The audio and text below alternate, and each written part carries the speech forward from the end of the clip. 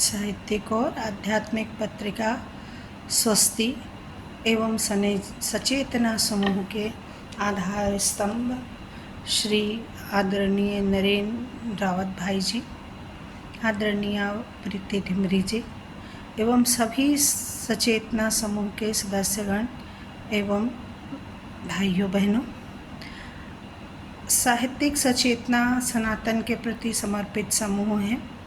इस समूह के कार्यों के लिए मैं सभी भाई बहनों को साधुवाद देती हूँ।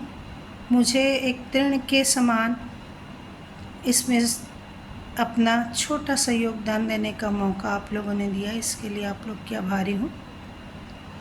साहित्यिक सचेतना जो है वो वास्तव में आध्यात्मिक और नैतिक पक्ष को देखते हुए हमें अपने प्राचीन पुरातन गौरव के प्रति जागृत करती है। हमारे सनातन धर्म के उच्च आदर्शों के प्रति हमें उन्मुख करती है। हमारे सनातन धर्म में मानसिक विभ्रम, उलझन एवं कई प्रकार के तनाव जो आजकल व्याप्त हैं, उससे निपटने के साधन भी हमारे सनातन धर्म शास्त्रों में मिलते हैं। जब हमको भौतिक चीज़ों के ऊपर भरोसा रखते हैं, हम भौतिक घटनाओं के प्रति हमारा मन विचलित होता चला जाता है, तो उससे फिर निराशा और अप्राप्य की इच्छा पूर्ण न होने के कारण डिप्रेशन का रोग घेरता है। यदि हम श्रीमद् भगवद गीता का अध्ययन करें, सत्संग करें और सनातन धर्म शास्त्रों का चिंतन और मनन करें, तो हमें ज्ञात होगा कि ये सब मनोविकारों से मुक्त होने के लिए बहुत ही अच्छा और आसान रास्ता बताया गया है।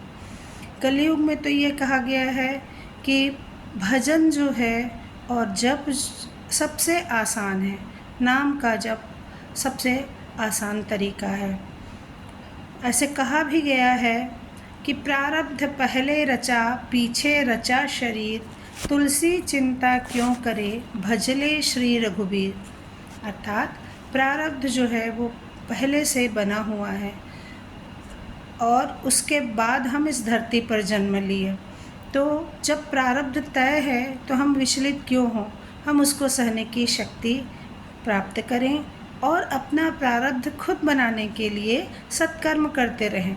जब तक हम किसी भौतिक पदार्थ या व्यक्ति पर भरोसा रखेंगे, तब तक हम वास्तव में भगवान के ऊपर अखंड विश्वास नहीं रख पाएंगे।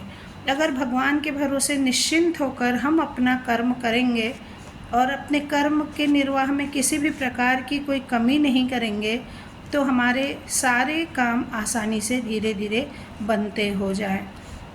भगवान जो है वो सबका भरण पोषण करने वाले हैं, परंतु कोई अकर्मण्य यदि बैठ कर कहे कि मेरा सारी चीज़ें भगवान पूर्ण कर देंगे, तो ऐसा नहीं होता। क्योंकि भगवान भी जब भी पृथ्वी पर आए हैं तो उन्होंने कर्म का ही सहारा लिया है।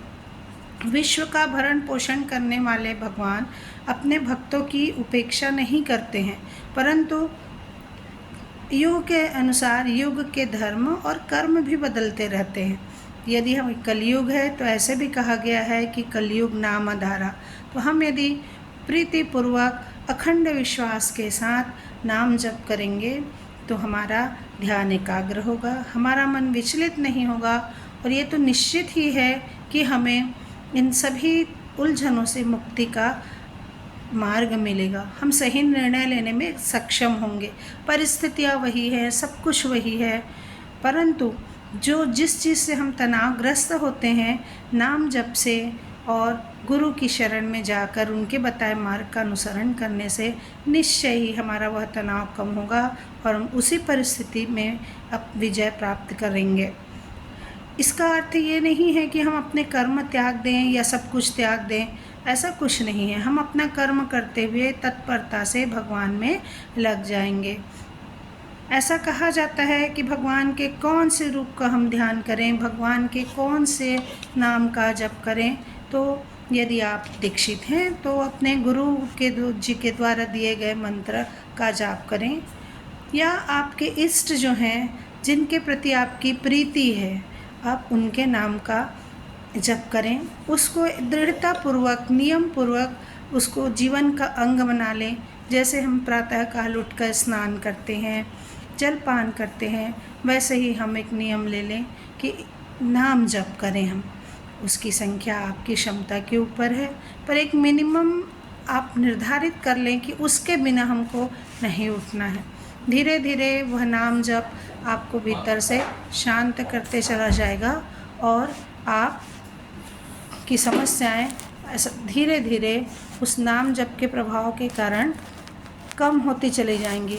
परिस्थिति वही रहेगी, सब कुछ वही रहेगा, पर आपके अंदर उस नाम जप के प्रभाव के कारण उस चीज़ को सहने की शक्ति धीरे धीरे आती चली जाएगी। नमस्कार।